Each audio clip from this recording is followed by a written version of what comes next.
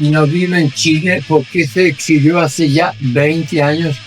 ¿Regresará alguna vez? Tuve que sonreír, pero yo no elegí mi exilio como Salvador Allende no eligió su muerte asesinada. Digo, lo que he publicado, no lo que he escrito, demuestra, expone mi permanente contacto con la tierra, con esta tierra extranjera en que estoy, con la tierra que empieza en mis pies. Todo lo que he escrito es real, entera y esencialmente real de mi tierra. Hasta mis novelas o narraciones de plena imaginación están, por lo demás, insertos, inscritos, inspirados y respirados en la realidad chilena de mi tierra, de la cual, aunque no lo quisiera, formaba parte. ¿Sabían o no? Tweets. Muy buenos días a todos y sean bienvenidos a una nueva edición y a un nuevo ciclo aquí en Cavilación Poética. Por aquí les habla Bastián y me complace nuevamente estar en la compañía del escritor y amigo personal, don Pablo Rumel, mal dicho por malas lenguas como Blumel, pero es Pablo Rumel. Y para comenzar este ciclo de escritores chilenos, que fue una propuesta conversada junto a Pablo, la consigna fue elegir un primer autor y me parece que es uno de los grandes escritores de la literatura chilena del siglo pasado, y me refiero a don Carlos Droguet Alfaro, conocido por ser miembro de la generación del 38 y también por su participación política activa. Así que vamos a comenzar con él. Vamos a hablar sobre algunos de sus trabajos, vamos a hablar sobre su participación política, sobre algunos casos concretos de su escritura y también dar algunas reflexiones de esta misma. Y antes de eso quiero agradecer la presencia de Pablo en este nuevo ciclo de escritores chilenos, el cual comenzamos desde hoy, 22 de agosto. Así que muchas gracias, Pablo, por tu compañía y tu presencia en Cavilación Poética una vez más. Hola, estimado Bastián, muchas gracias por la invitación y vamos a lo que nos hemos propuesto, que es hablar de este tremendo escritor. Los adjetivos superlativos sobran, hay que empezar a explicar por qué es tan bueno, qué es lo que lo hace tan especial dentro de su generación.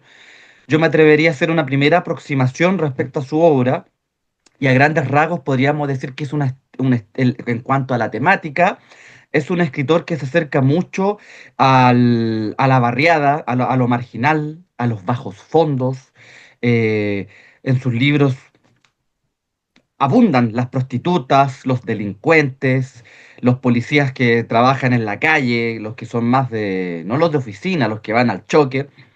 Efectivamente, esto lo emparenta con otros autores de su misma generación y quizá otros un poquito posteriores.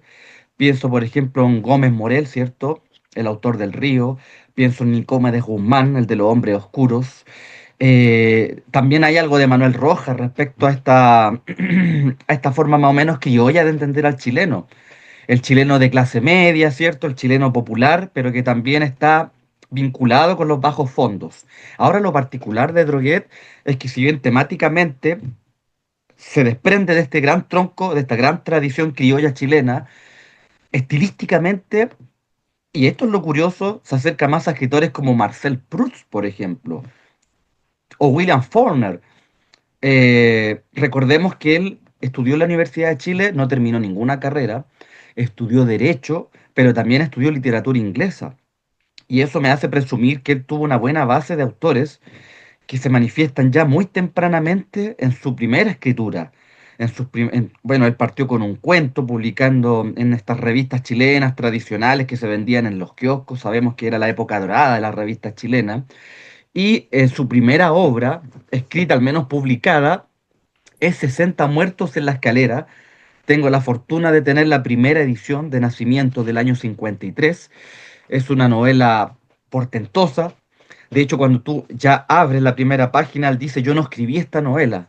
la escribieron La sangre de los caídos. Ahí tú ves ya que hay un corte, una ruptura respecto, por ejemplo, a la literatura de denuncia o la literatura social, que suele ser mucho más parca en cuanto al estilo, ¿cierto? Es más de crónica, va más como por rescatar el dato histórico, es más de guante blanco. Carlos Droguet dice, no, aquí yo quedé todo manchado en sangre, con la sangre de todos estos 60 muertos en la escalera, y yo voy a tratar de darle voz a estos caídos, a estos muertos. Y ya no es una escritura fría ni clínica, pues es una escritura que viene desde adentro, desde las entrañas. Me gustaría que refiriéramos los hechos históricos, Bastián, po, que son los que se anclan en esta novela para que podamos desarrollarla mejor. Bien, Pablo, pero antes de eso me gustaría añadir algunas cosas. La fecha de Claro. nacimiento de don Carlos, que Mm, fue el año 1912 y él, en Santiago de Chile, y él muere en 1996 en Suiza, mm, exiliado después de la dictadura. mm. Claro, respecto a lo que tú hablas sobre el primer trabajo, bueno, hablaste de los 60 muertos en la escalera. También existe un primer trabajo de Carlos Droguet, que es Los asesinados del Seguro Obrero. Esta es una edición Tajamar. Mm. Esto se publica el año 40. Y este trabajo es lo mismo que Relata Pablo, es naturalmente la masacre del Seguro Obrero que ocurre el 5 de septiembre de 1938. Y esto pasa debido a que en Chile existe en ese momento un movimiento nazista, que lo escribían con C. Sí, Este movimiento nazista hace un golpe de Estado. Entonces, debido a que ellos hacen ese golpe de Estado, estos jóvenes son brutalmente asesinados por carabineros de Chile. Hay muchas fotografías, hay muchos testimonios que hasta el día de hoy se han hecho documentales en la televisión sobre este tema incluso. Y esto nos da a entender lo siguiente, y para partir, esto que mismo menciona Pablo, es que muchas veces solo se menciona la dictadura de Pinochet como si gracias a eso antes hubiese sido, o más bien gracias a eso existió otro Chile, como que previamente había otro Chile, y la verdad es que muchas veces nos olvidamos que hay muchas masacres previas a la dictadura.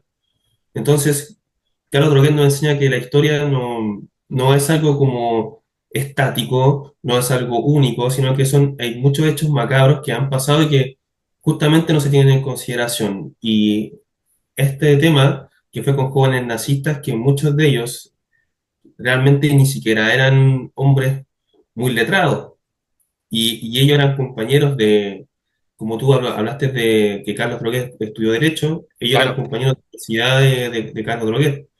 Entonces, por eso que para él esto fue muy cercano. Mm. Muchos de sus compañeros fueron asesinados. Y muchos también de ellos les gustaba el nazismo, o más bien de lo que ellos conocían como nazismo, porque también estamos hablando del año 1938. Sí. Estamos hablando de personas que no necesariamente eran aristócratas, Mm. y en esa época no estaba el mismo acceso a la cultura, a los libros, que en la actualidad, que básicamente ahora cualquiera puede tenerlo. Y en esa época no era tan así, recordemos también. Y el tema es que gracias a esa masacre él escribe este primer trabajo, que es una especie como una especie de autoconfesión, donde él habla con su señora y cuenta cuando él va caminando por los distintos, digamos, lugares que están alrededor de esta masacre. También hay añadir que Carl Droguet vive y frecuenta en su juventud lugares entre Avenida Mata, Copiapó, Coquimbo, que son calles que están cercanas, me refiero a Avenida Mata Sur, y la calle Ex Maestranza, que no es la de San Bernardo, es la actual Portugal. Yo conozco Portugal porque vivo a 5 minutos de Portugal, y Portugal es una calle que yo respiro todos los días de mi vida. Mm. Y hasta ese perímetro llegó a vivir Carlos Droguet. Y ahora te doy a ti la palabra, Pablo, para que sigamos hablando de esta masacre del Seguro Obrero. Claro, hay que encuadrarlo en la época de las vanguardias políticas. El fascismo y el nazismo todavía no pasaban por el sedazo de la historia, ¿cierto? Todavía no estallaba la Segunda Guerra Mundial. Por ende, hay que comprender que eran movimientos de masas muy populares, no estaban teñidos de oscuridad, ¿cierto? Como ahora que son movimientos prohibidos, perseguidos inclusive. Pero el valor de Droguet no es glorificar el nazismo, ni siquiera ningún movimiento político. Él dice, mira, él se sincera, voy a escribir un libro donde lo político va a ser muy delgado. Y uno dice, bueno, ¿irá a funcionar esto? Porque todo el impulso de estos jóvenes, idealistas, muy cabritos, ¿cierto? Como decimos acá en Chile, ellos esperaban apoyo de las Fuerzas Armadas, po. Ujú. Entonces aquí hay una cuestión, yo la podría emparentar con Allende, por ejemplo, ¿cierto? Cuando él está en La Moneda, cuando da este discurso muy inspirador, que dice que la historia igual se va a abrir, abrirán las grandes alamedas, los procesos de la historia no se detienen. Bueno, pero es que a la contraluz de la realidad y de los hechos, me parece que esa visión está teñida en idealismo que puesta a prueba en la realidad se oscurece totalmente porque ni los pueblos ni la historia avanza libremente. Sabemos que lo que mueve la historia es la traición muchas veces, ¿cierto? Desde Julio César que fue traicionado, desde nuestro Señor Jesucristo que lo, lo entregó su apóstol. Pareciera ser que la traición es lo que va marcando los golpes de la historia. Y en este caso fue igual, porque estos jóvenes estaban seguros de que iba a haber ayuda. Ellos tenían que ser como, podríamos decir, la vanguardia, ¿cierto? Se encontraron con que las comunicaciones estaban cortadas, que desde el ejército, si no recuerdo el regimiento Buin, ¿cierto? Iban a hacer como un enlace para que llegaran los militares y sacaran a Alessandri, que era el hombre que estaba en esa época en el gobierno. Y estos jóvenes, al ver que no tenían ninguna posibilidad de ganar este golpe, se entregaron, ¿cierto? Ellos se rindieron, depusieron sus armas y cobardemente carabineros, y dicen que algunos civiles también metidos, produjeron una matanza, pero que es inenarrable. Pero es que entre eso que es inenarrable, ahora claro, nos da mucha risa estos escritores de ahora que hablan, no, que estas cosas tan terribles, que después de Auschwitz no se puede escribir poesía. Estás loco. Gracias a la brutalidad y a la matanza humana es que existen libros tan poderosos. Evidentemente, este libro, 60 muertos en la escalera, se desprende del libro que tiene Bastián. Si no me equivoco, porque yo no lo leí, creo que va más por la crónica, ¿cierto? Es más reportaje. Pero acá se Sí, novelizan los hechos y, y la habilidad que tiene Droguet para meterse Después vamos a hablar quizás más profusamente sobre su escritura, con más detalle, pero la habilidad que tiene Droguet en hacer una novela coral, porque son muchas voces, ¿cierto? Inclusive las últimas páginas del libro aparece el carabinero que después de la matanza llega a su casa y se saca el uniforme y le dice la mujer, la esposa, supe que hubo una intentona de golpe de Estado. Y el carabinero muy fríamente dice, matamos a todos esos mierdas. ¿Sí? Entonces, Droguet relata desde adentro todo ese salvajismo, pues esa inhumanidad. Los hombres que fueron masacrados una vez que les pasaron. Hay una parte que dice, no, no disparen de sus escopetas, porque pueden rebotar las balas, usen su revólver. Y una vez que fueron fusilados a revólver, los repasaban a sablazos. Habían algunos jóvenes que se intentaban levantar, ¡pah! Sablazo encima. Entonces realmente es una carnicería y uno dice, oye, que vivimos en la democracia, en unos tiempos tan civilizados, ni en la Edad Media. Probablemente en casos muy particulares se produjeron hechos de ese calibre. O sea, la barbarie está a la vuelta de la esquina. Cuidado con esto de decir que, oye, somos seres humanos tan comprensibles, tan humanitarios. 100.000, 200.000 años de barbarie, de prehistoria versus 10.000 años de civilización. Y aquí tú ves la costra civilizatoria, o sea, basta con que unos jóvenes dijeran vamos a hacer un golpe de Estado y esta costra se rompe, ¿cierto? Y sale la pus y la sangre. Entonces, es verdad que cuando uno dice la bestia interna, ¿cierto? Hay como un lado salvaje. Bueno, la historia ha dado ejemplos preclaros de cómo se manifiesta este salvajismo. es interesante lo que dice respecto sobre todo al tema de que hay no sé si la palabra desconocimiento, yo creo que hay un disfraz como dices tú, porque finalmente las grandes obras de arte o los grandes escritores no nacen por un tiempo de paz, nacen cuando hay un catástrofe, asesinato.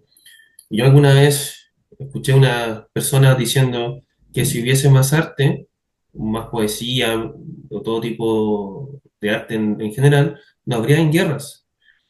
Yo vi como escritores aplaudían semejante atrocidad de frase y posterior a eso no dudé en irme del lugar. O sea, dije, esto es una imbecilidad, esto no es una especie de neo-hipismo, ¿cierto? De personas acomodadas que hablan ese tipo de cosas. Y curiosamente, cuando hablamos de una obra como esta, que no nace básicamente de un tiempo de paz, es importante tener en cuenta que cuando Carlos Droguet escribe esto, no es el realismo típico que se hacía en la época, o que se empezó a hacer, como el de Nicomedes Guzmán, como Los Hombres Oscuros, que tú ves que se narra una historia.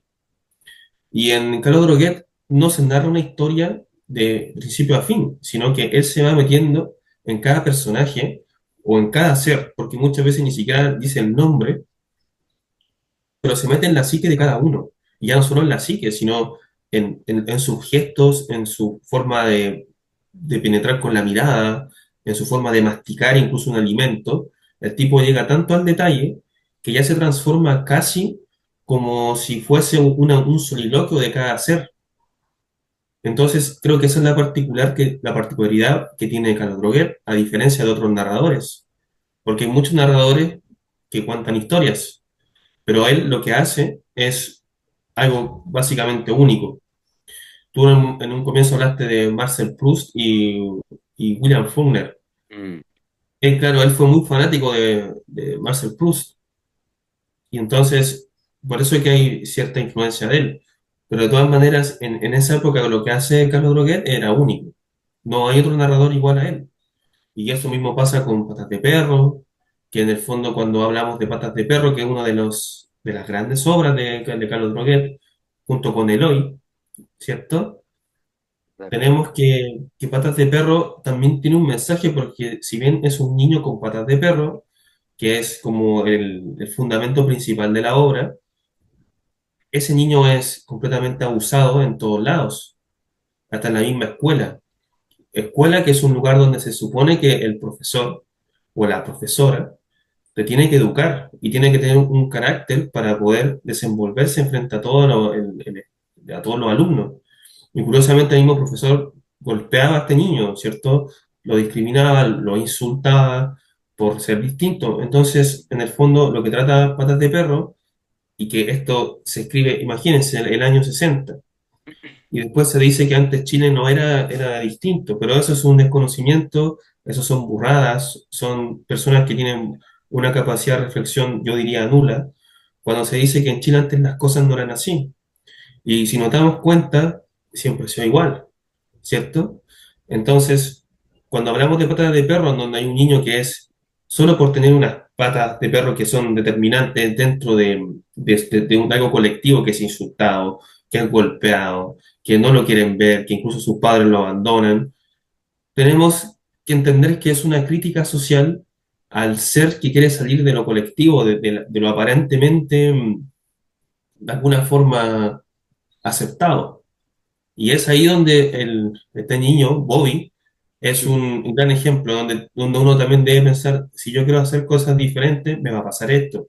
Me van a insultar, me van a querer golpear y todo lo demás, pero no se trata de ser víctima tampoco, No, sino que se trata de expresar algo que sucede, y generalmente cuando se expresa, tenemos estos conciliadores democráticos que parece ser que te dicen, esto está en tu imaginación, y que no es así.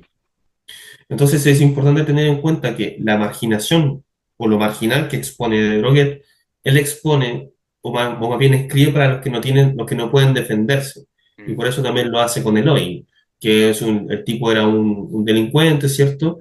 Que él de alguna forma no es que quiera defenderlo, sino que es que quiere poner, él tiene compasión, porque hay un ser humano detrás, en donde este ser humano enfrenta unas calamidades que son bien particulares, una violencia que generalmente no se expone, Porque todos estos temas de matanza, de violencia, de violación, de la parte más oscura del ser, se oculta, y eso se ocultaba antes y ahora.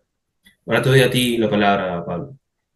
Bueno, pero claro, lo particular de Carlos Druguet es que él, a grandes rasgos, claro, podía ser como una literatura de denuncia social, pero no se queda en eso solamente, porque él trabaja la palabra, es un esteta, y me gusta mucho ese refinamiento que tiene una puntuación muy particular, pero de repente la palabra se destruye, el lenguaje, la semántica, y sale una cosa muy brutal.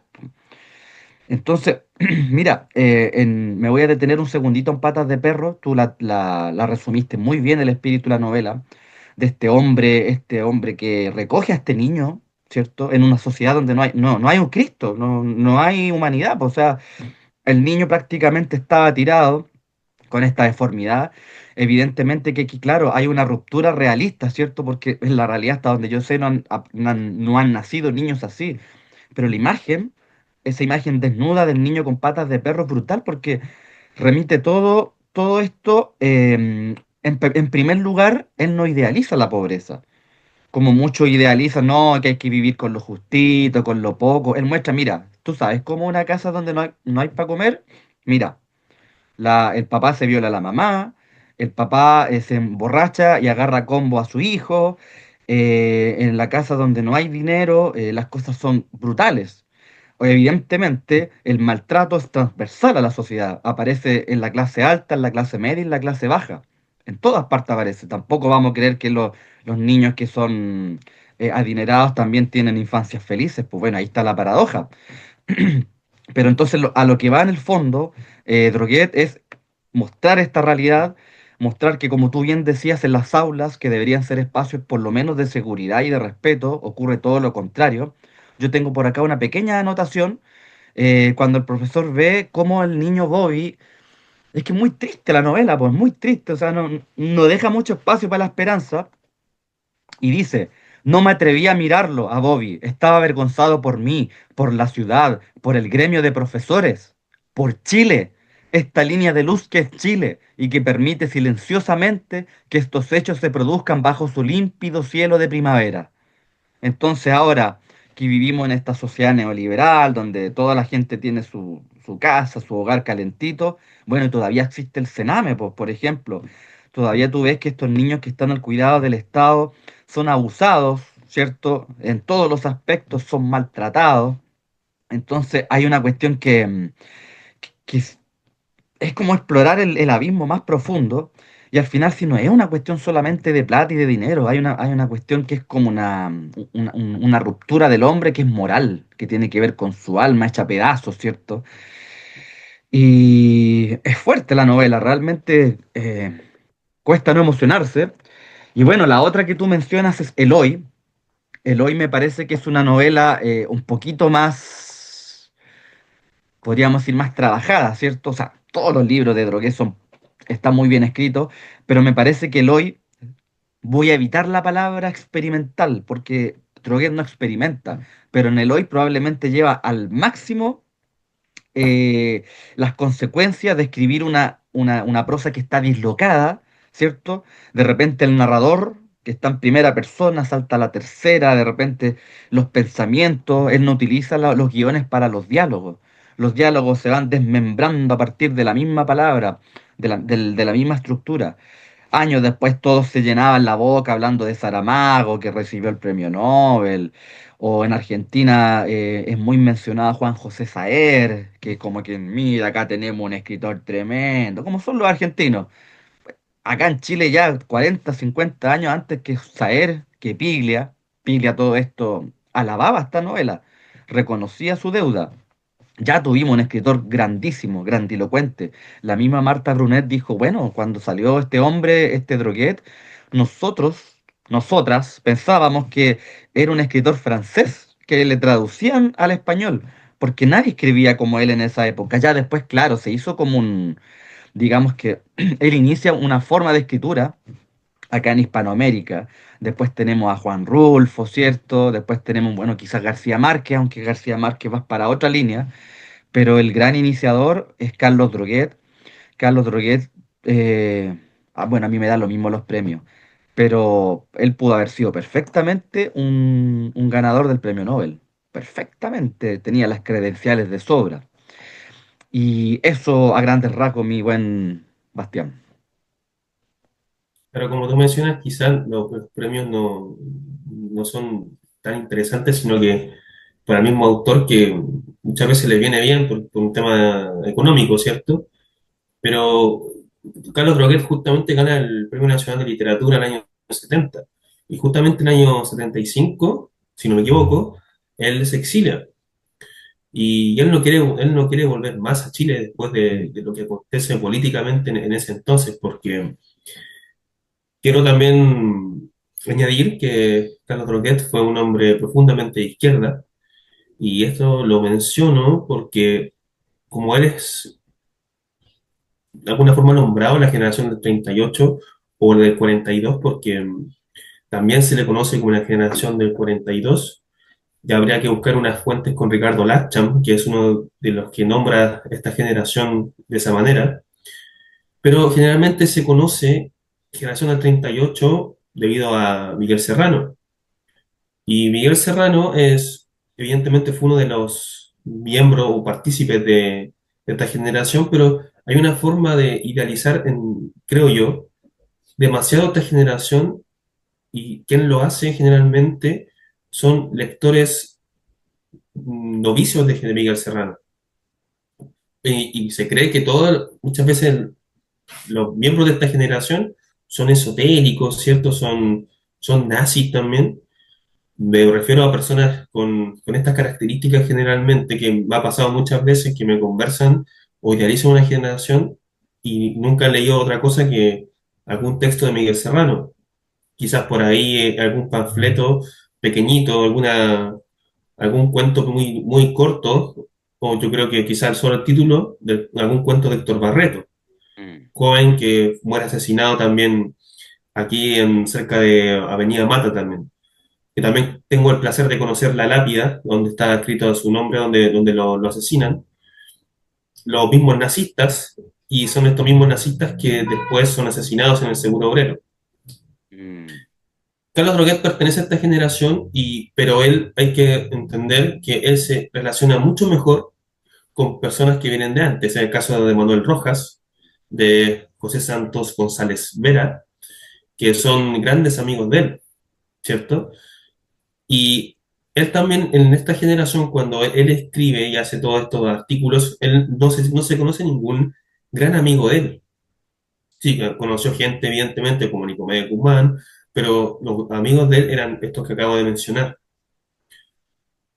Y la denuncia social, como tú dices, se presenta en Carlos Droguet, pero no como un panfleto político. De hecho, él lo que hace es entrar en la parte más oscura y en la misma patas de perro, que yo no tengo la frase o más bien el escrito específico, pero sí recuerdo que Bobby le dice a quien lo recoge, a este padre adoptivo, él le dice algo como que a él le gusta estar en la oscuridad, porque cuando hay luz, como que sentía que el ser humano se volvía cada vez más estúpido, con tanto exceso de luz. Entonces él prefería estar siempre en la noche, en la oscuridad, porque podía de alguna forma, podía identificar lo que realmente el ser humano tenía entre sus cejas, ¿no? Y entre sus colmillos.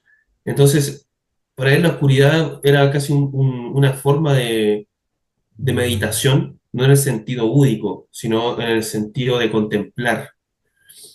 Entonces, me parece que no solamente ni Eloy ni Patas de Perro son, tratan de ni la masacre o la matanza o los asesinados del Seguro Obrero tienen este tipo de escritura, sino que también todos sus trabajos. Otro trabajo importante que yo fue el primero que yo leí fue El compadre de Carlos Droguet de 1965 o 75, no recuerdo bien, pero me parece que 65. En El compadre ocurre también que hay un padre en un andamio, ¿cierto? Que en el fondo está sufriendo por distintas cosas. Una cosa es el amor que tiene a su mujer, que en el fondo la pierde, ¿cierto? el tipo está preparando un bautizo de su hijo y se va en una introspección arriba de un andamio. Y obviamente el tipo se emborracha y empieza como una especie de pensamiento obsesivo por todas las cosas que el tipo ha pasado. Obviamente que son cosas no del todo positivas, hay muchas, generalmente muchas más cosas negativas, hay mucho dolor, sufrimiento, tristeza, que en el fondo es lo que escribe Carlos Droguet. Carlos Droguet no es una literatura de artificios con arcoíris, ¿cierto? Claro, Él, muy bien él- dicho. él no espera un New Age. Él no te quiere, No, él no te quiere enseñar a vivir, ni te quiere decir que en la mañana tienes que meditar 20 minutos y tienes que después hacerle esto al universo. O sea, no se trata de eso. O sea, de hecho sería todo lo contrario. Yo creo que Carlos Droguet se burlaría de algo así, ¿no? ¿Qué crees tú, Pablo? uf. Partiendo porque él dice que para él el escritor es como una suerte de cosa que es inseparable. Una vez que uno se hace escritor, no es como una cuestión, una moda pasajera, no es una cosa que usted va a ir a un taller y le van a enseñar a ser un buen escritor. O que los temas usted los va a ir a elegir a la calle como así como con una antena parabólica, buscando cuál es el tema de moda para escribirlo. Totalmente al contrario. De hecho, él parte escribiendo sobre el seguro obrero porque le impactó que cercanos suyos, que veía todos los días, murieron de una forma tan atroz. Entonces él dice, bueno, aquí hay que hacer algo. Y otra cosa que dice, la escritura tiene que hablar de este presente, de lo que está ocurriendo ahora. No te quepa ninguna duda que si Carlos Droguet estuviera vivo, en su obra habrían cuentas de Instagram, de Facebook, hablaría de todo este vacío horrible, de todos estos hippies que andan rezándole al mundo. Por supuesto que sería un blanco para ellos, yo creo que sería un libro completo riéndose de esta gente. Eh, Otro apunte, las descripciones de Carlos Droguet rozan el esperpento y lo carnavalesco. Recuerdo unas cosas que dice, por ejemplo, de estos matones que aparecen en el seguro, en la masacre del seguro obrero. Decía como que tenía unos dientes que le crecían desde el cerebro. O sea, él tiene como esa cosa que es muy exagerada, muy de esperpento, de retratar la pobreza, la miseria. Es muy exagerado, ¿cierto? Es muy hiperbólico, pero no es majestático, no es como de estos que vienen así como hablar de su torre de marfil y tratan como de hermosear las cosas. No, no, no, no, no. Él trata de describir las cosas con mucha profusión y detalle y de forma muy vivaz. Ya. Otro aspecto importante a tener en cuenta cuando él decide dejar la carrera de derecho, lo hace justamente por la matanza del seguro obrero. Y él fue también muy influenciado en su parte literaria por un sacerdote, es Alfonso Escudero. Él, él tiene una foto que no recuerdo en qué libro tengo, pero sale con Manuel Rojas y sale con el sacerdote Alfonso Escudero. Y curiosamente, Alfonso Escudero aparece en Patas de Perro también. Eso es un dato también que creo que es importante. ¿Tú Para crees, tener- Bastián, así como para tirar un apunte, que en algún momento es importante que un escritor tenga una suerte de mentor, o no? ¿Cómo lo ves tú de forma Mira, práctica, quizá? mira, yo creo que en esa época, por lo menos, yo creo que fue importante porque de alguna u otra manera ellos fueron guiados con muy buenas lecturas. En el Sí. caso de Carlos Droguet, él fue un seguidor también, aparte de la literatura francesa, de la literatura rusa, y que ese camino se lo ayudó a forjar este mismo sacerdote, digamos. Mm, Él llega a esos grandes lecturas y también gracias a eso él se vuelve un gran lector. mm. Y de hecho yo el otro día también vi una entrevista con un hijo de Carlos Droguet y él decía que aparte de tener pan en la mesa hay que tener un libro y que es más importante a veces tener un libro en la mesa. Entonces, respondiendo a tu pregunta, yo creo que si uno tiene un guía en ese sentido, ya sea, uno puede tomar incluso un ejemplo, alguien que esté muerto y empieza a tratar de seguir su ejemplo a base de lo que investiga, yo creo que es importante, Mm. Porque justamente en la actualidad se trata de masificar el otro aspecto, es decir, no leas nada o lee poquito o lea tu tiempo y ya no está esa enfermedad por la literatura, o sea, en el fondo es, ya yo leo porque me quiero divertir, que no tiene nada de malo, pero creo que un gran escritor nunca va a surgir de esa forma, o sea, la lectura tiene que ser tu alimento, una comida más. O sea, tú no puedes negar eso. O sea, mejor no escriba entonces, ¿cierto? No te dediques a esto. O sea, la disciplina tiene que ser algo fundamental. Y no solo para que te lean, sino porque lo que tú tienes que decir tiene que ser dicho como nunca antes, o por lo menos tratar de no copiar, sino de decirlo de una forma tan potente como lo hizo gente como Caro Droguet, como Nicomedes Guzmán, como Manuel Rojas. Entonces, si tú no estás dispuesto a hacer eso, mejor no lo hagas, ¿cierto? Y por eso creo que a veces los mentores son necesarios, pero siempre y cuando sean mentores de ese tipo de categoría. O sea, un mentor que te exija, que mate las pestañas, sufre leyendo, no es solo pasarlo bien.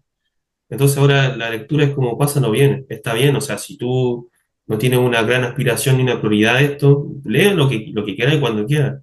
Pero si tú eres un escritor profesional, si tú quieres, es decir, yo quiero con mi obra trascender, por lo menos ten la decencia de leer harto, creo yo, y de leer buenas cosas. No leer solo autores contemporáneos, sino que creo que hay que volver atrás, porque esta gente vivió cosas realmente muy feas y necesarias, lamentablemente, y que ellos nos dan también una forma de criticar o tener ese aspecto crítico, no de la crítica por la crítica, sino que de la crítica desde el punto de vista, desde la experiencia vital, de decir, esto no es así, esto es así, y Don Carlos Droguet tenía una lengua afilada también. Él caía muy mal en ese aspecto, no porque él estuviera escupiendo fuego porque sí, sino porque el hombre tenía algo que decir. Entonces, sí, indudablemente yo creo que un guía bueno, sí es necesario, no un guía malo, porque podemos tener un guía en el sentido que sea perezoso. ¿Te fijas? Entonces, ya perezoso, creo que nos va a volver perezosos, pero si afortunadamente nos llega ese estilo de sabiduría, a ese ya perezoso lo vamos a dejar. Mira, viejito, varias cosas. En primer lugar, claro, respecto a la mentoría, no es algo que usted vaya, por ejemplo, a un taller y va a pagar. Puede ir, ¿cierto? Y puede haber un hombre con mucha experiencia y hablarle de los grandes libros. Puede usted abrir ChatGPT y preguntarle cuáles son los mejores autores para poder... Y ChatGPT te puede dar una clase rápida. Pero la mentoría trasciende lo meramente artificioso de la máquina o lo que usted puede pagar en el taller, pues, porque finalmente el mentor está de cuerpo presente. Es raro que un mentor esté, bueno, han habido casos de relaciones epistolares, de escritores que se escriben, pero ponen todo el espíritu, la carne en esas escrituras, pues en esas cartas. Pero el mentor, claro, generalmente no es que vaya a ejercer un magisterio, no es que vaya a decir yo soy aquí el Mesías, el maestro, y tú vas a ser mi discípulo. Generalmente, al menos como lo veo yo, la mentoría es del hombre o la mujer que tiene más experiencia y te va diciendo de cuerpo presente, mira, estas son las obras que tú tienes que leer, o no te dice cuáles son las obras que tienes que leer, pero las puede comentar junto contigo. Creo que esa fase es muy importante cuando uno está creciendo, cuando uno se está armando de sus primeras, ¿cierto? Las primeras escudos, armas, armaduras, ¿ya? Y lo segundo es que el estilo de Carlos Droguet no pasaría ninguna revisión de ningún editor contemporáneo. Si tú abres los libros de Droguet, miren, son parrafadas. No sé Ujú. si se ve, pero parrafadas, compadre. No, no es como ese estilo tan ciútico de ahora, de estos parrafitos cortitos, ¿cierto? De poner como el guioncito, así como que fuera una película, un guión de cine, una cosita como delicadita. Carlos Droguet lanzaba palabras y palabras y palabras y frases y machacaba y machacaba. No da descanso. No, no, no, no. En sus libros no hay como capitulitos. Se va capitulando el libro, pero no es como ya, 3 páginas, una cosita, 5 páginas. No, no. Si usted quiere entrar a un libro de Carlos Droguet, tiene que apagar el celular, tiene que apagar todas las distracciones y tiene que dejarse seducir. Y lo va a lograr si tiene una mínima experiencia. Porque, bueno, otro término que no me gusta, pero es inmersivo. Es una cuestión que no me gusta esa frase, así como sacar de los videojuegos, pero podríamos decir que la escritura de él envuelve, es envolvente, no te da respiro, no te suelta. Y quiero dejar, mira, que comentemos un breve texto de él, quiero leer, que tiene que ver con cómo él miraba la literatura en esa época, que se conecta con lo que tú dijiste. Es un pequeño parrafito que me gustaría comentar, leerlo y que lo comentásemos. Aparecen los cuentos completos en el segundo tomo, ya, que está editado por la editorial Aparte y dice, ¿qué ha ocurrido en la literatura chilena en los últimos 20 años? La respuesta es tajante y definitiva, o definitoria más bien. No ha ocurrido nada. Hay excepciones admirables, es verdad, auténticas islas, pero ellas no forman un continente ni lo justifican. Esta afirmación lo hago afirmado en una perspectiva más ambiciosa y más exigente que la actualidad pasajera y caduca del tiempo presente, del día que pasa ahí fuera y que nos ignora, y al cual lo que es mucho más grave e imperdonable, nosotros también ignoramos.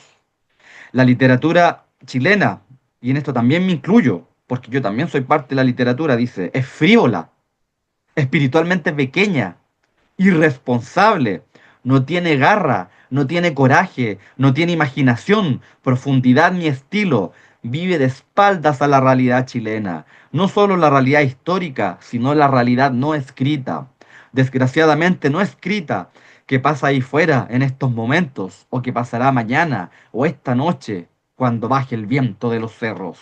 Esto lo dijo el año 71. Fíjate tú, y no creo que haya perdido actualidad eso que dice. Justamente lo que tú estás diciendo, no sé si tú has visto, hay un registro de él en YouTube, en Suiza, del año 95, y él ahí mismo dice algo muy similar a lo que tú estás diciendo, como que él ya dice en esa época, todo lo que se está publicando en Chile es todo malo, dice Don Carlos, o sea, eso es algo que él, yo creo que mantuvo durante muchos años de su vida. Y sí, o sea, yo creo que se puede compartir mucho lo que él dice y como habíamos también comentado antes, el hombre hablaba nomás, o sea, él no se iba a censurar, porque él sabía que él tenía también una meta como escritor, o más bien tenía como un objeto que trascendía más allá de su ser, es decir, las cosas yo las veo así y se acabó. Si no te gusta, muy bien, no me leas, ¿cierto? Y también podemos añadir que también fue por lo mismo muy amigo de Pablo de Roca. Y recordemos que Pablo de Roca también tenía fuego en la lengua, entonces me parece que en ese sentido son bastante similares. Y sí, yo concuerdo plenamente con sus palabras y qué bueno que compartiste ese extracto, porque la vida y obra de Carlos Droguet no son diferentes. Y ahí usted se puede dar cuenta. Y también sumando que otra cosa que creo que es importante también considerar es que la escritura no te hace santo. No, Entonces, creo que una de las cosas que yo he pensado en hacer con este ciclo de escritores es desmitificar muchas cosas. Lo mismo que comentaba antes de la generación del 38. mm, La generación del 38 no es solo Miguel Serrano, no es solo lo que dijo Miguel Serrano, no es solo un idealismo de alguna vez que hizo Miguel Serrano, es mucho más. Y la mayoría de los escritores del 38 eran de izquierda, y específicamente seguían el marxismo, y ejemplo hay de sobra, o el la mandrágora anarquismo también. también, Mm, también. mm, Tenemos a la mandrágora completa, mm, ¿cierto? Primero que todo, otros escritores como la talla de Fernando Alegría, mm. tenemos también otro escritor que es Luis Perino Reyes, y podemos ir siguiendo y seguir sumando, y nos damos cuenta que, bueno, Guillermo Matías, también otro marxista, y lean sus textos, se van a encontrar con muchas cosas políticas y que cosas existencialistas también.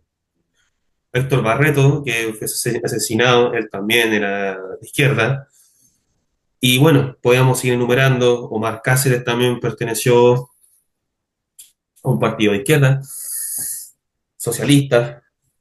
Y podemos seguir nombrando, y el único nacional socialista que era de esa generación era Miguel Serrano, no había otro. Y Miguel Serrano rescató todo este tema de esta generación, que lo publicó en una antología, que es la antología del cuento chileno del 38, y Del ahí también verdadero habla. cuento. ¿Cómo? La antología del verdadero cuento. ¿Te acuerdas que Sí, sí, perdón, de verdadero cuento, tipo, le pone el adjetivo verdadero? pero así es. Y justamente aparece también Carlos Droguet. Mm. No, Y de hecho bueno, hay una anécdota, no sé si tú la sabes, que Miguel Serrano lo publicó sin preguntarle. no lo sabía. No, Sí, no, no. lo publica y más encima le cambia el título. El título original era El señor Videla y Serrano lo toma de una revista y le pone El señor Videla y su paraguas. Y como que eso no le cayó muy bien a Carlos Druquet, pues. Debiste haberme consultado, ¿eh? Una cosa así como protocolar. No lo sabía, no, no, no. Sí, pero bueno, el gesto en todo caso, o sea, esa antología igual es seminal, pues, es una antología donde está Juan Emar también, ¿cierto? Donde están grandes luminarias después de la literatura. Otros ya como que me cuesta seguirle el rastro, pero por lo menos tiene esa capacidad de predecir que la antología cuando es buena es porque los autores que la componen tuvieron que decir algo, ¿cierto? En el futuro. Sí, no, es una antología buenísima, que tal como tú dices, y, y aparte están hay muchos mártires de esa generación, Eduardo Anquita, Teófilo Sidra, Eulo Arena, Guillermo Matías, ¿cierto? O sea, hay mucha gente, bueno, el mismo Héctor Barreto está puesto también. Y bueno, otra cosa que antes, para ir ya ir finalizando, quería decir que Carlos Droguet en su literatura manifiesta incluso cosas que uno puede ver en la actualidad. Yo no creo que estas cosas hayan cambiado y me parece, y no quiero sonar alguien como pesimista, pero yo no creo que van a cambiar jamás. Este tema de la educación siempre ha sido igual. O sea, si somos sinceros, yo creo que el colegio, al menos para mí, en la educación, han sido las peores épocas de mi vida y porque uno aprende a sobrevivir, ¿cierto? O sea, el tema de la violencia siempre ha sido palpitante y yo muchas veces me pregunto, yo no sé cómo hay personas que nunca han interactuado con la violencia y las personas que no han tenido eso, creo que tienen dos cosas, o han sido de alguna forma bendecidos y lamentablemente desconocen muchas cosas del ser humano. Mm. Y la violencia se conoce en la educación, se conoce con tus mismos compañeros de sala o con otros de otras salas. La discriminación, también la marginación por Sí, po. distintas cosas. Entonces, o sea, eso es algo que es latente y es así. Y de eso no podemos escapar. Y yo creo que eso es una condición humana. También el tema de la educación, los profesores también creo que no es criticar por criticar, sino que también entender que los cargos que uno trata de emprender en su vida necesitan mucha más responsabilidad y muchas veces no nos hacemos responsables, entonces pasan todas estas situaciones. Y la misma matanza que pasó en 38, que finalmente, como dices tú, ellos se rindieron y aún así fueron aniquilados. Y después también estos tipos los repasaban matándolos, pero hubieron sobrevivientes. Y esos sobrevivientes también cuentan esta historia, que si a usted le interesa, que si está viendo esto, puede buscar en YouTube, que hay personas que sobrevivieron en esa matanza, no recuerdo cuánto eran, pero eran muy pocos, y ellos dan su testimonio también, dan su testimonio, cuentan cómo ellos mismos se agarraban a puñetazos y con los cinturones, con con los socialistas de la época, con los comunistas, ellos peleaban, tenían un problema ahí, que también lo retrata Miguel Serrano en su memoria, cuando se juntaban las personas y se esperaban afuera, que es cuando matan a Héctor Barreto, que Héctor Barreto también lo asesinan los nazistas con un disparo por la espalda. Te doy a ti una pregunta, Pablo. ¿Tú Dígame. crees que en la actualidad Carlos Droguet nos tiene algo que decir? Evidentemente, el retrato que hace, por ejemplo, en Patas de Perro sobre las aulas, sobre los colegios, no ha perdido ni un ápice de su vigencia. Él describe a estos profesores como unos seres derrotados, ¿cierto? Unos tipos opacados por las deudas, por el alcohol, por la depresión, por la histeria, y no son ejemplos ni modelos de virtud de nada, po. Entonces, claro, imagínate, va un niño y ve adelante un ser, un espantajo, un ser deshecho, al borde de la autoaniquilación. ¿Qué le va a enseñar ese pobre profesor o profesora, po? Obviamente estamos generalizando, ¿no? Todos los profesores no son así, pero no me atrevería a decir que la gran mayoría son así, unos seres derrotados, envidiosos, que han anidado al diablo en sus corazones y que en vez de enseñarle cosas positivas a los niños, en vez de enseñarles no solamente la teoría, en vez de prepararlos para la vida, en vez de decirles, miren, hijitos, allá afuera existe la delincuencia, la prostitución, la droga, o existen otras formas de violencia como la envidia, por ejemplo, la maledicencia. Toda la violencia no es física, si en eso estamos de acuerdo. El que te vayan apartando, marginando. Son muy pocos los profesores que preparan a sus alumnos para la realidad. Y lamentablemente a un niñito llegando a cierta edad hay que decirle, mire compadre o comadrita, afuera la cuestión es muy brutal. Una mirada fea, una bravuconada le puede costar la vida. Ujú. Usted se puede morir, desangrado en una pelea. Cuídese. Cuidado con estos hombres malos que andan poniéndole cositas a los tragos de las niñas y se las llevan a los rincones más oscuros. O sea, eso es muy raro que un profesor lo toque. Un profesor, si no te enseña para la vida, uno dice, ya, ¿qué me va a enseñar? Las matemáticas, las operaciones básicas, estamos de acuerdo. Pero en los colegios finalmente no son un centro de enseñanza, son guarderías. Esos son guarderías donde los niños van para que los papás puedan trabajar. Es lamentable. Tú abres la novela Patas de Perro y parece que hubiese sido escrita ayer. La cuestión del seguro obrero todavía, claro, hay una reminiscencia de estos jóvenes idealistas, todavía puede ser un poquito del pasado, pero el hoy, perdón, Patas de Perro, el hoy quizás también está un poquito más fuera porque habla del bandidaje, aunque todavía existe, claro, po, el delincuente, el narcotráfico, la delincuencia no va a terminar nunca. Pero yo creo que Patas de Perro es una buena puerta de entrada. Si usted no ha leído Carlos Droguet, es muy actual ese libro y la estructura literaria, ¿cierto? Gramatical, como usted lo quiera llamar, sintáctica, eh, sigue siendo espesa y ardua, pero quizás es un poquito más asequible que otros de sus libros. Eso puedo decir a grandes rasgos, estimado. Muy bien dicho eso, que hablas de patas de perro, yo creo lo mismo que tú, o sea, Mm, comparando la escritura, sin duda es una muy buena puerta de entrada para iniciarse en Carlos Droguet.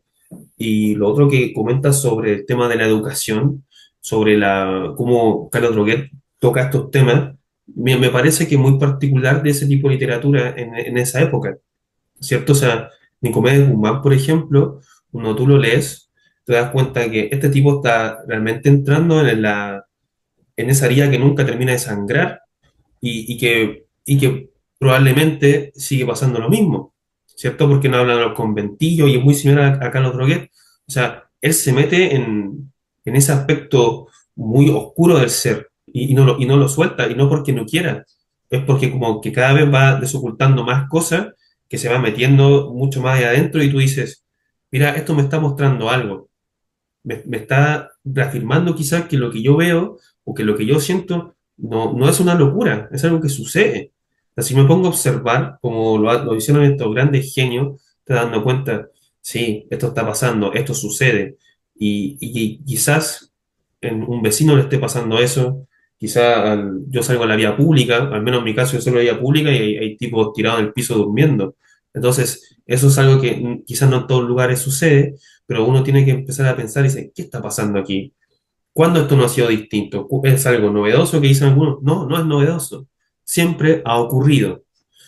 Y lo que pasa es que, como tú sabes, hay una contingencia política que se quiere aprovechar de esto y quiere ahí, de alguna manera, quiere sumar más votos para su lado y, más importante, de alguna forma, ponerle más tierra en los ojos a las personas para que, para que en el fondo hagan crecer la gente de su bando.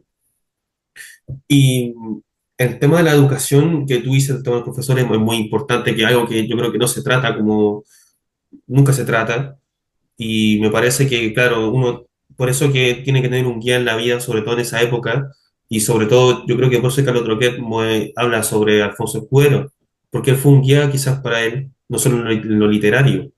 Y aunque yo sé que hay personas que están insultando a la Iglesia Católica en sus páginas de internet sin fundamento, como Mm. tú ya has visto, me parece que es más importante rescatar que hay gente que, independientemente te gusta o no lo que crea, hay gente que ha sabido hacer bien su trabajo como ser humano. Y Alfonso Escudero fue sacerdote y él le enseñó a dos grandes exponentes literarios chilenos, que fue Manuel Rojas y Carlos Droguet, y que, como sabrá esta gente que dice que todos son violadores, también hay otros que probablemente sean la excepción quizá, o quizá uno tampoco ha investigado lo suficiente, pero yo creo que sí hay gente que son la excepción, no son la regla, y no solo en términos religiosos, sino en términos políticos, porque como tú sabrás, el verbo aguanta cualquier cosa, pero no así el acto. Así que cuidado ahí, cuidado con caerse tanto, ¿no? Mm. Ujú. Así que bueno, yo creo que lo dejamos hasta aquí, Pablo, porque hemos hablado para que la gente pueda interesarse en la obra de Carlos Droguet, pueda entrar en ella, pueda, pueda de alguna forma conocer lo que fue Chile y lo que sigue siendo, y usted saque sus propias conclusiones, porque estos libros no son ficción, en el sentido de que no son una creación onírica, ¿cierto? Esto es algo que sucedió porque el hoy también es una historia real, ¿cierto? O sea, no es algo que a él se le ocurre. Droguet toma material y creó obras, y todas son cosas que realmente sucedieron.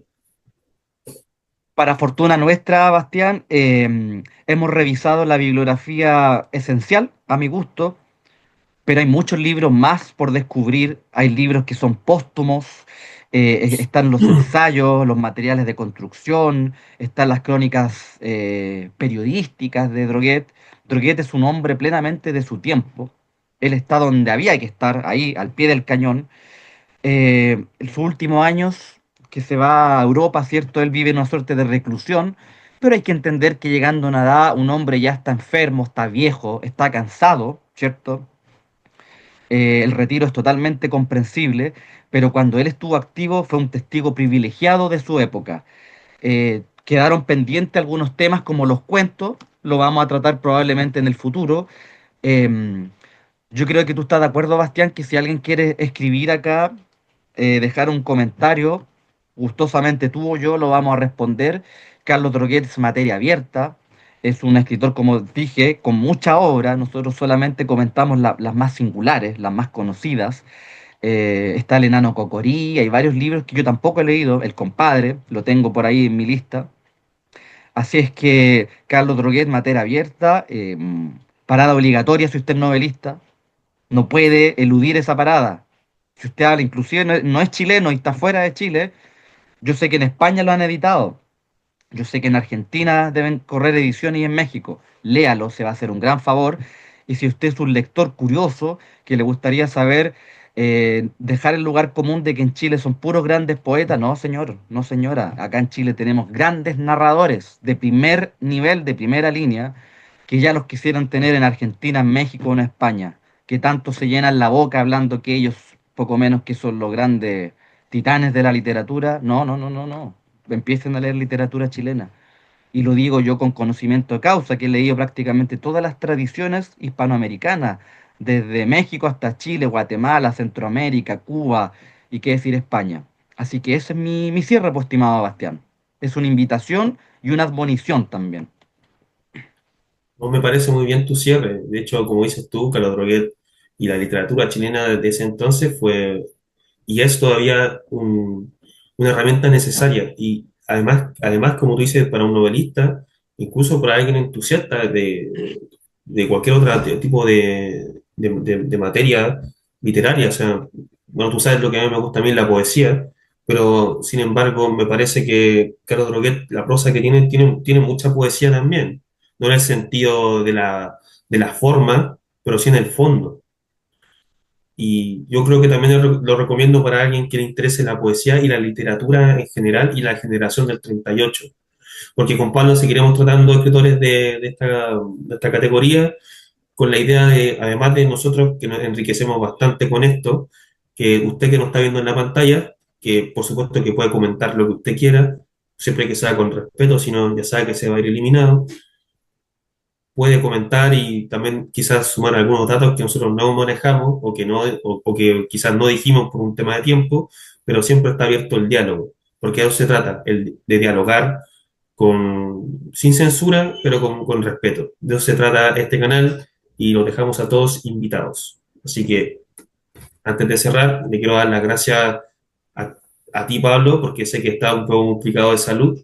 Aún así, asististe al encuentro, que es lo que trasciende y es lo que permanece después, es que a pesar de la enfermedad, uno puede cumplir con su palabra y que una palabra gustosa, por supuesto, que yo sé que es para ti, tú como novelista, tú cumples con esta palabra, que es un gusto para ti siempre hablar de literatura. Así que muchas gracias, Pablo.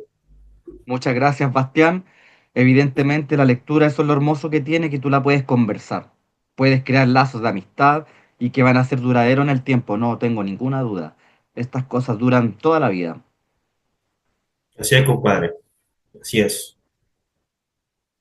Bueno, te mando un afectuoso abrazo desde aquí y nos veremos muy pronto y nos vemos también en otra edición aquí en Cavilación Poética el próximo viernes y el autor ya lo decidiremos con Pablo. Suscríbase porque para que le lleguen las notificaciones, esto es un ciclo que recién comienza.